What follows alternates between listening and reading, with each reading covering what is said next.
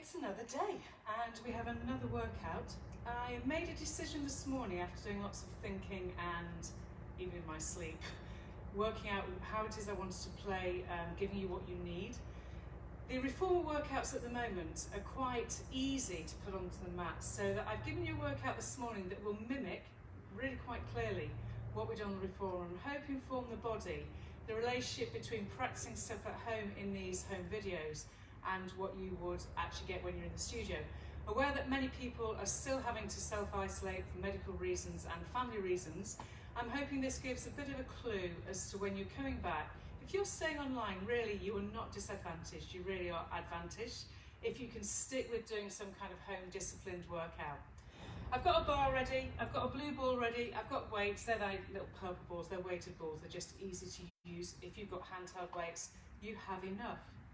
We start the workout this morning with the feet wider. So this workout, video number 86, your feet starting wider. This is the equivalent of your foot bar. If you want to go as wide as the foot bar is, life will go well. Make sure, obviously, you'd be lying on your back on that reformer, so your back's beautifully aligned in neutral, and then you start the pulling in and the pushing out. So as you find your rhythm with the hinge of the hip, and the knees pulling backwards and the heels on the foot bar, that's really what the whole leg position on the foot bar is about. Now obviously you're against gravity here, so when you're coming down and going back up again, you're working harder because you're trunk stabilizing, whereas the carriage is trunk stabilizing you, but you're responding with breathing. So it's the lowest common denominator of stability of the pelvic position and trunk, whilst your legs create a range of movement and track. In your mind, you're pulling yourself in to the carriage and pushing yourself away from the foot bar. The carriage draws you down and in, you're hinged at the hip. It's the classic squat, but you're not lying on your back, therefore it's more costly in terms of muscle load. All this while, you're prepping the breathing to core stabilize you, shrinking and hollowing. We'll stay down there. We're staying down, that means we're not right at the stopper, and I'm encouraging a little bit more turnout as you try and create more range of movement around the hip. This is still lying on your back on the reformer as you increase the thigh bones opening. Obviously your upper back is stabilized through the upper shoulder area, mid-rhomboids. Chest is wide open, your arms would be flat here if they were on the carriage behind you. As you encourage your hips to not lose range of movement through age and stiffening. People, the next time you're going to push all the way out till you find yourself back to stand. Bring your feet back to much more parallel. We're doing fist width apart on the reformer, and have your arms flat as though they're on the reformer, as we then do heels still on the foot bar, heel loaded as you hinge and stand. You'll breathe yourself down and out, breathing yourself in and away. Now on the reformer, we breathe in both directions. It might be that you inhale to push out or breathe out to push out. With a squat floor base, really, your best connection is the breath out to push you away. So push through the heels and away and pulling back. You'll stay down for your inner range. And here we play for a little while. Having done this inner range inching, you're going to stay still, keep the hands reaching and breath out, your pelvic tilt. My arms are reaching as though pressed down on the carriage, keeping my upper back and shoulders open wide, keeping the pelvic sensation behind me of being able to pelvic tilt, imprint gently into the lumbar area. It feels free into the lower back. I'm using pelvic floor, navel to spine, my heels stay with equal load. When you've done a final pelvic tilt and release, you'll stay. You're going to pick up one foot to tiptoes so that the emphasis ends up into more of a single leg. Now on the reformer, we're doing bicycle or just legs straight at this point, one leg up in the air. That's your gesture leg. So this leg that's gone tiptoes has become the gesture leg. And the leg that's moving, we're doing full range on the reformer there and back, but I'm doing inner range here. It's really to get you to connect into your hamstring and your glute. And the breathing goes to there, back inhaling, or down and up, exhaling, down and up, inhaling, down and up, exhaling. Arms are still imagining they're pressing back onto the reformer behind you. You feel as though your upper back's completely flat. All right, you'll take the heel down and you switch sides. Same thinking. You're sitting into your seat muscles, you're pushing your arms backwards, keeping the collarbones wide, the shoulders away from the neck, and the inhaling to pull down and up, the exhaling.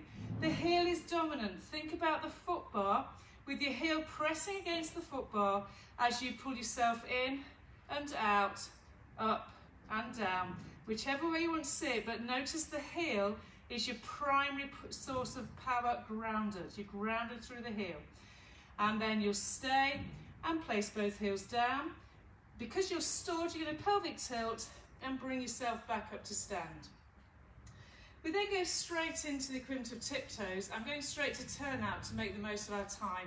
We will do it in parallel on the foot bar. We're going to lift and lower.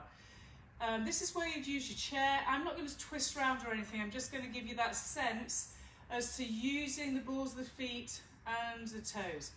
An emphasis we've made on the reformer with the wrapped toe position is that the pads of your feet are it. So no hanging on with the toes, really pushing through the pads of the feet and squeezing the heels together and drawing up through the inner thigh. You'll stay on your tiptoes and hold.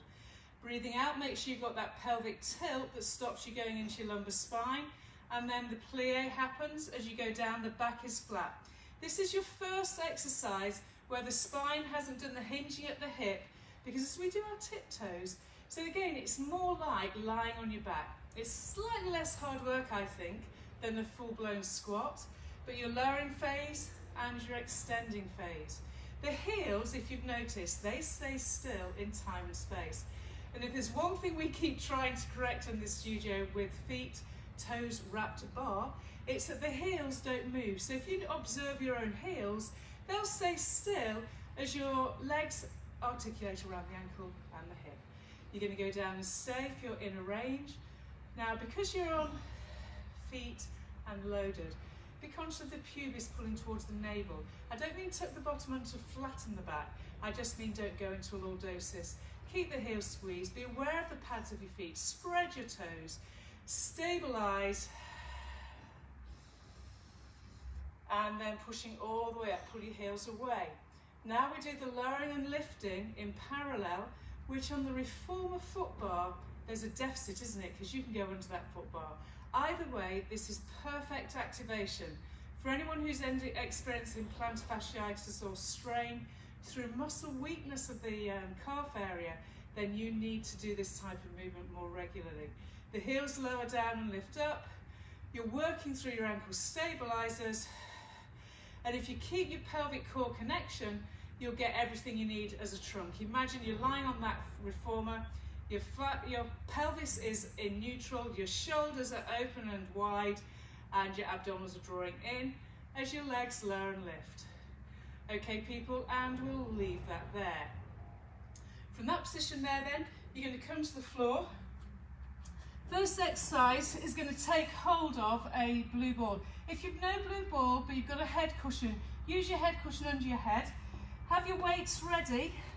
The blue ball is going to end up so that it's, the easiest way to describe it is, it's not below the bra strap, men, just imagine. It's above that half rib cage area, almost between the shoulder blades. But this isn't an exact science of a description. This is something you have to work out. Put your hands under your head because it'll just help you not take it all into your neck.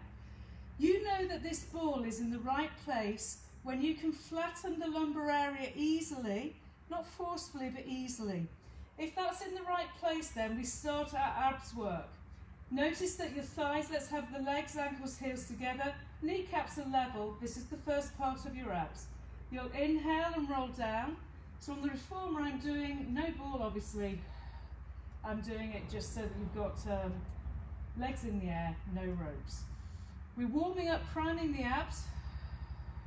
What the blue ball behind you does is gives you an element of instability to have to work with. If you're on a flat surface, you will get away with not quite doing the breathing out to shrink and hollow and stabilise, and the lowering down phase, that's slightly lengthening out. Notice and feel the breath out curl you. You're staying in imprint, inhaling and exhaling to stay. Now on the breath out, we lift one leg up. We would have our feet on the footbar. We're staying up then. Breathe in, breathe out in slow motion. Imagine one foot going to the footbar. Breathe in, breathe out. Keep the nose to the navel. One foot to the footbar. Breathe in.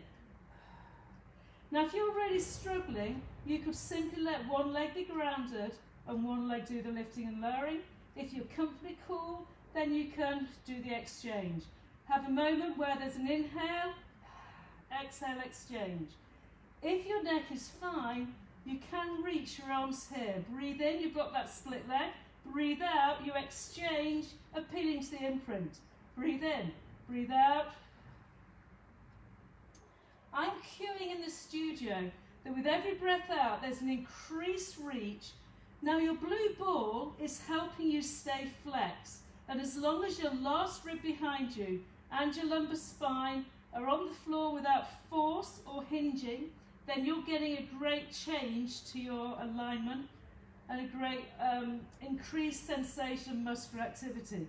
Staying where you are then, put your hands back under your head. Inhale, lower the head, neck and shoulders down, legs are in tabletop. Exhale, and pull your elbows in the direction of your thighs. Inhaling, look at your toes. Look at your toes, look at your toes. Exhaling, feel as though you push into the ball as you curl up. Inhaling and away you go, perfectly stabilised at the pelvis, and exhaling up you come. You're then going to stretch your legs to the ceiling and reach your hands to the floor and just stay breathing in 2, 3, 4 and out 2, 3, 4. If legs being straight isn't an option, bend them, keep the pelvic tilt scenario. In 2, 3, 4, out 2, 3, 4. In 2, 3, 4. This can't be in your back. It has to be deep abs, pelvic floor, navel to spine. Another 2, 3 movement patterns. And one more big breath. And then pull your heels down to the floor. Is grounding, heels to ground, knees level, thighs tight. And then put the hands back behind the head and imagine looking to the ceiling.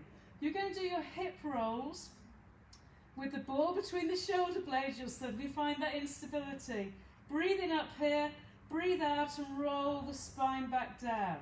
Inhaling, chin to throat, shoulders away from the neck, exhaling, pelvic tilt and flow through the pelvic floor, shrink the tum, breathe in, breathe out and lay that spine back down again.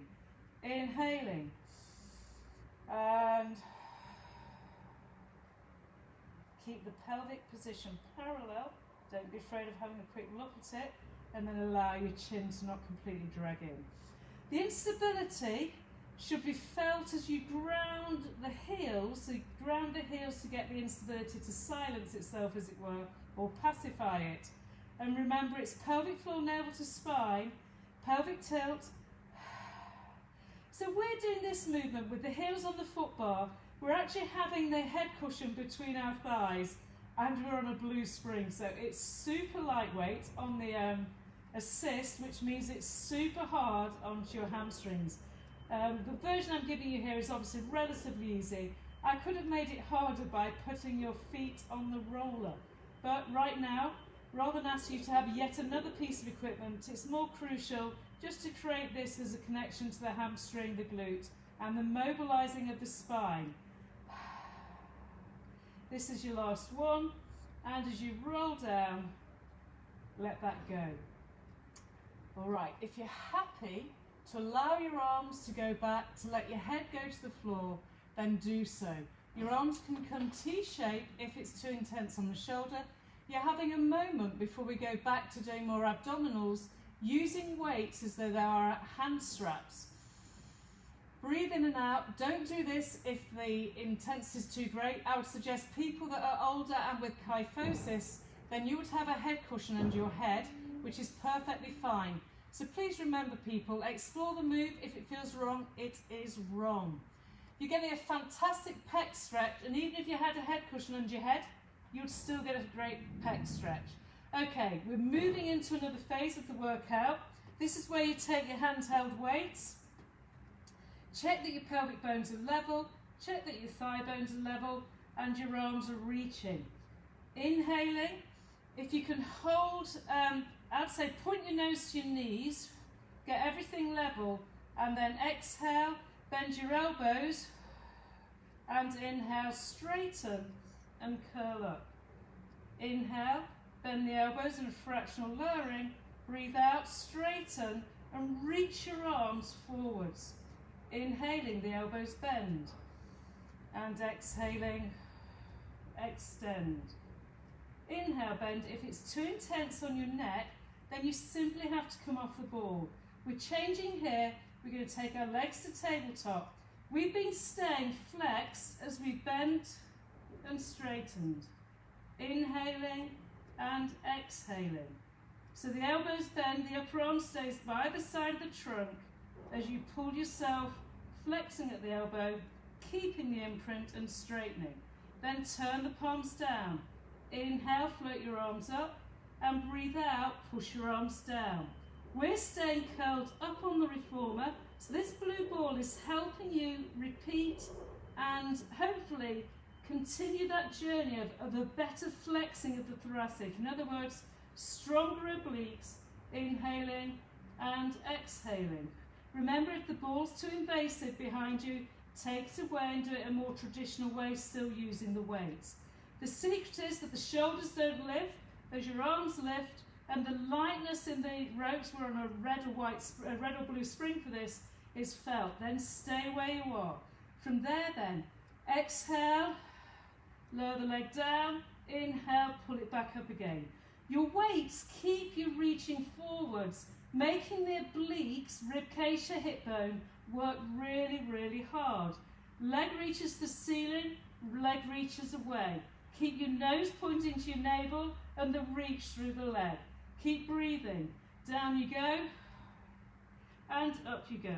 Pull your shoulders away from your neck. Down and up. Last time and up.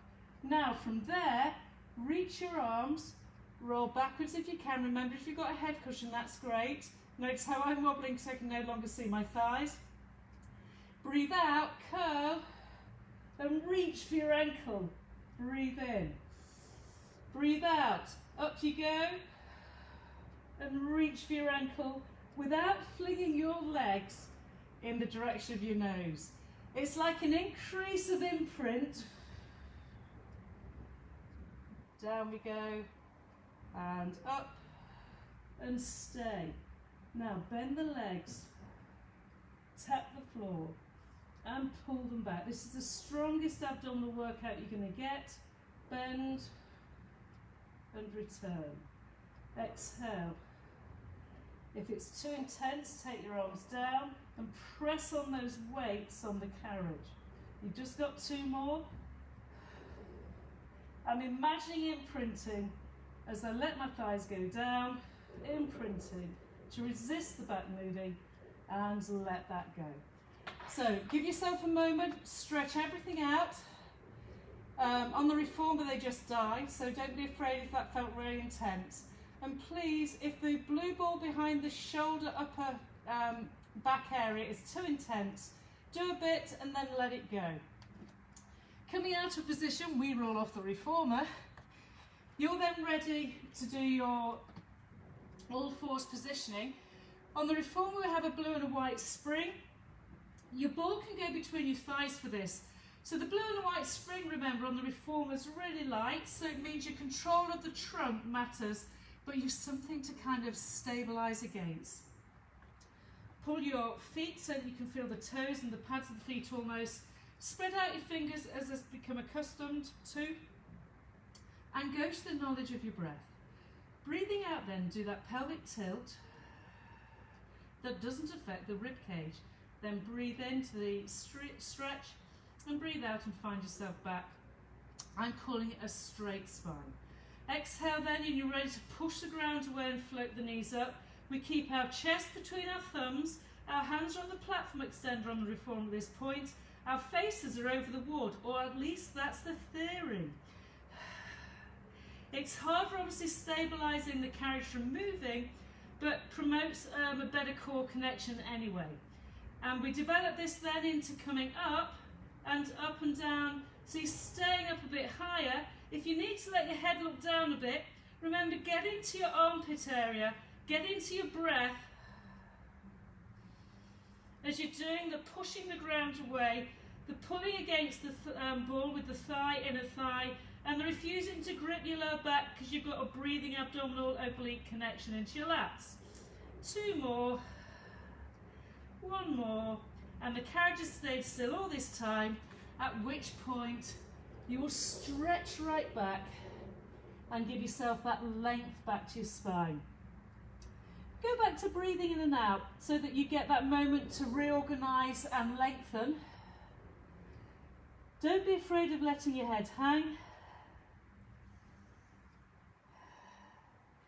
And we're coming then to kneeling. Now this is where we take hold of our weights again. This is the equivalent of your straps.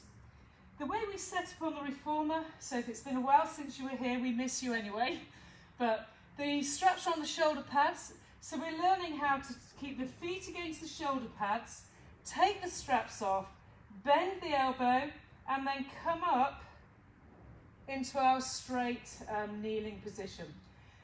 Someone asked the other day, oh, this is too hard on my quads, it shouldn't be there, should it? Yeah, this should be on your quads. Now, because the ropes are behind you, when you push forwards but don't tip over, you're stabilising like nothing else. If you can imagine using these weights, that you've got that stability system going on, pelvic floor, navel to spine, in theory your pubis is tipping under and you're pulling the ball between the thighs to assist the stability. Stay here. Now round the arms like a tree trunk, and then you're going to open and close.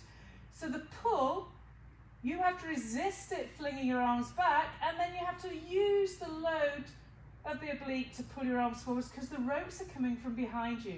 So the load comes from behind. That's what makes this so intense. The next time you end up with your arms forward, stay. You're going to then open them out, and you should see in your peripheral vision both hands or both weights. We then take it to bending the elbow and straightening. I'll show you frontally from now on. So you're bending at your elbows and straightening. All the while shrinking the tum in, keeping the shoulders away from the neck, and finding the ropes are behind you as you stabilise from thigh through hip bone and rib cage. Next time your arms bend, you'll now pull the ropes, the weights, to the forehead. Exhale, you'll push them away. And again, when you see this on the reformer, people tend to lean into it. Not really what it's about, but I understand why. The ropes are now going behind your shoulder, and if the ropes end up jagging up on your shoulder, then you've done this. You're keeping the space through the shoulder as you pull your elbows and push from your armpits. Pull through your elbows and push. We then draw the rainbow. Breathing in, exhale, armpits, lats to rats, and flowing back to slight bent elbows. Breathe out, find your armpits, move the upper arm to draw the rainbow from the armpit, and inhaling, core connect, and you've got this perfect circular action going on, and the ropes are desperately trying to pull you backwards, and as you resist it, you get a full frontal core connect, and it's quite a pleasant action, I think. Here we go, down to stay, and let that go. So that mimics the ropes from behind on the reformer.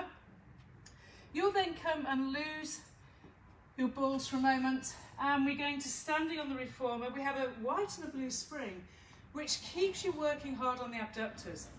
The only way I can do that is to use the bar here, and to keep your abductors knowing where they are, let's use the bar. Start with thighs tight together, find that core connection, and it's back to the load through the outsides of the feet and the heels.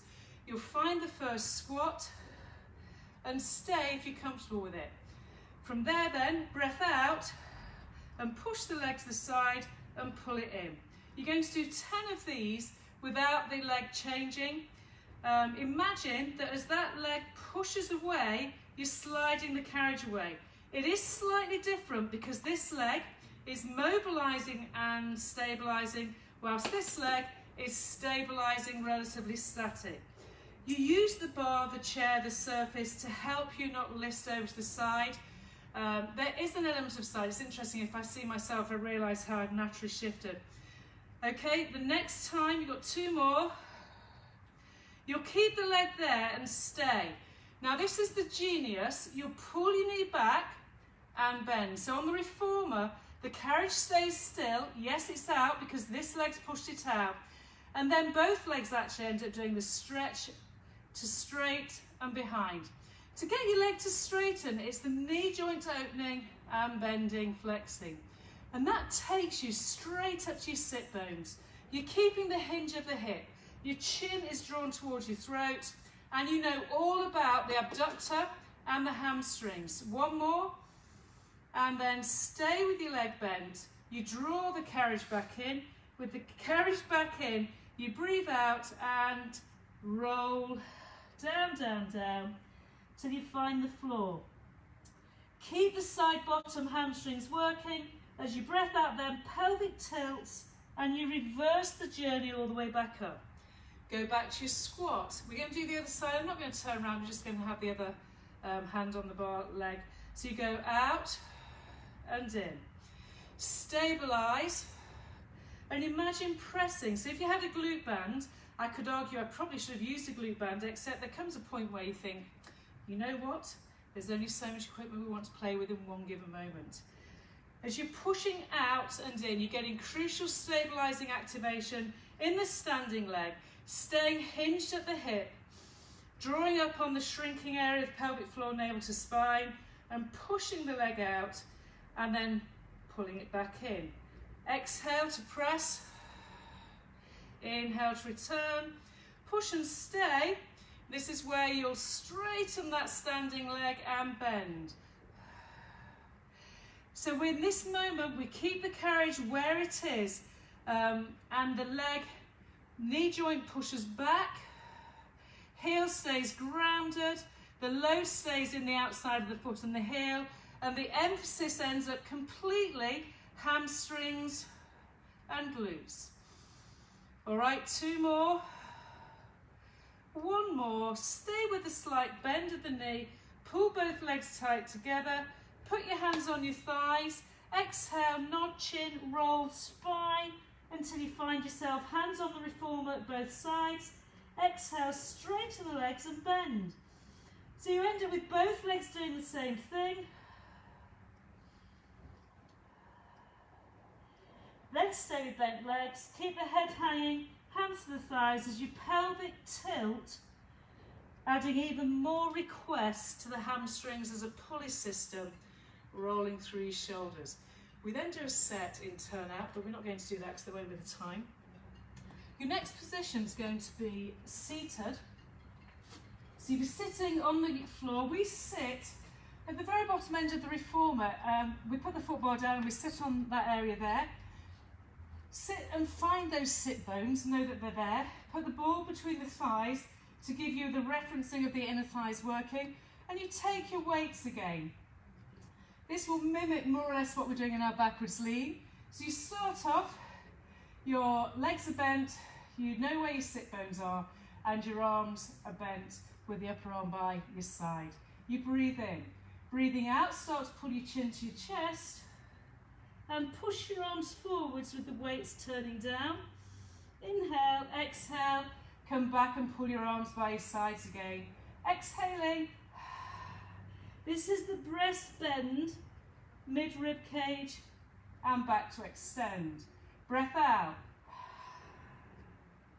Breath in.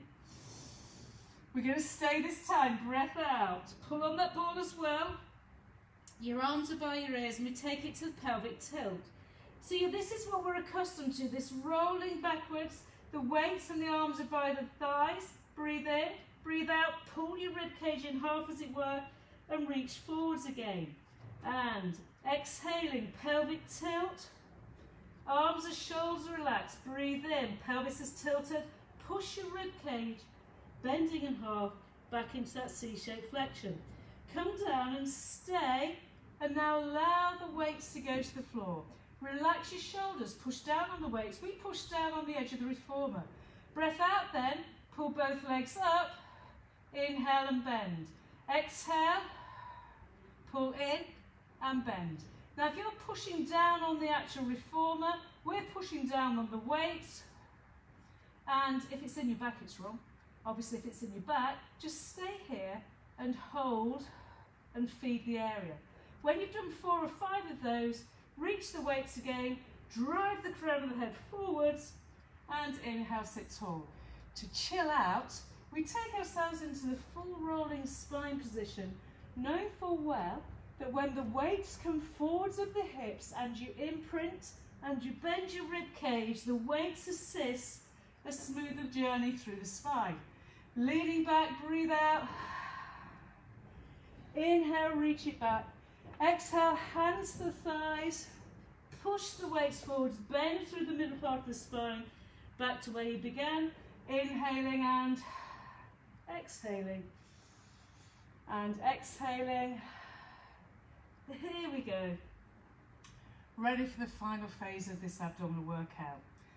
It's all to train the oblique. What we're finding is so you've got weakest area in the average person is hamstring glute, and then it means also, and is evidence, that the next week's area is the obliques. So we're coming back into our obliques. If your arms are here, you should already feel the ribcage part of the oblique. So exhaling, as you bicep curl, the ribcage end of your obliques fires up. You've got 6. Now if it's too intense, do smaller ones. Whichever way you want to feel the sensation that goes from hip bone to obliques. Do 2 more. 1 more, exhaling. Let your arms go forwards and slide back up. Going to a second set of single arms, breathe. This is a workout you can do from home to target the obliques so that when I see you, we're not constantly fighting that losing battle of getting the rib cage to hip bone to reorganize itself as stronger than. So the midriff from belly button to base of the ribs, all the way across the front and into the sides is what this is about. Okay people, this is your last bicep curl. Up you come. And then finally, take the blue ball away. Sit up tall to give yourself that moment. Shrink, lean back, and place your hands again. Pick up one leg, breathe. Exhale, roll back and up. Exhale, pelvic tilt and return. Now we're adding the thigh flexor to the obliques to this moment. And up, ready for the other side. We go back, pick up the leg, and what I saw in the general population of the studio was the leg wants to be here. People like Ken, you bend your Wendy's. So this is what you need by having your hands on the weights. They're almost helping you stay without twisting, and you're getting really deep into your obliques and your flexors. Last time, and up. Okay, that really is all we have time for. So in order to stretch you out, take your hands, reach them wide, all right, and take your bottom back.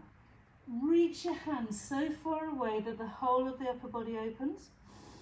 So my knees are bent, my hips are flexed, my back feels lengthened, not rounded. Armpits are pulling down, and then from there, bend your elbows, pull yourself forwards and into cobra. Now, if your hands are in the right place, you'll be in the perfect lengthened position with the hands under the shoulders, at which point you can lift and lower. Keep the pubic bone dominant. Keep your upper back connected. And we're doing the very opposite of everything in flexion. And obviously, feel free to finish off lying on your front and reaching like we learnt yesterday. So have the final reach, legs are reaching, allow the body to completely relax. Don't be afraid of letting the head rest one side and then rest the other. And lose every part of tension that's been part of that workout, and allow the breathing to become the softening and the releasing of everything. That's all I have time for. You need to chill out a little bit. That was quite an intense workout, and it was all to mimic so that you have at home stuff that relates to what you're doing on the reformer. But also, it's just like every video we're doing really has its context in rehearse to reform the things that in us that don't naturally align or connect. Have a great day. It's the middle of the week. Have a fantastic bank holiday weekend. I won't be seeing you again before then. And find your bits of kit. Apart from that, it's a goodbye from me, and here's hoping we get some nicer weather. Bye bye.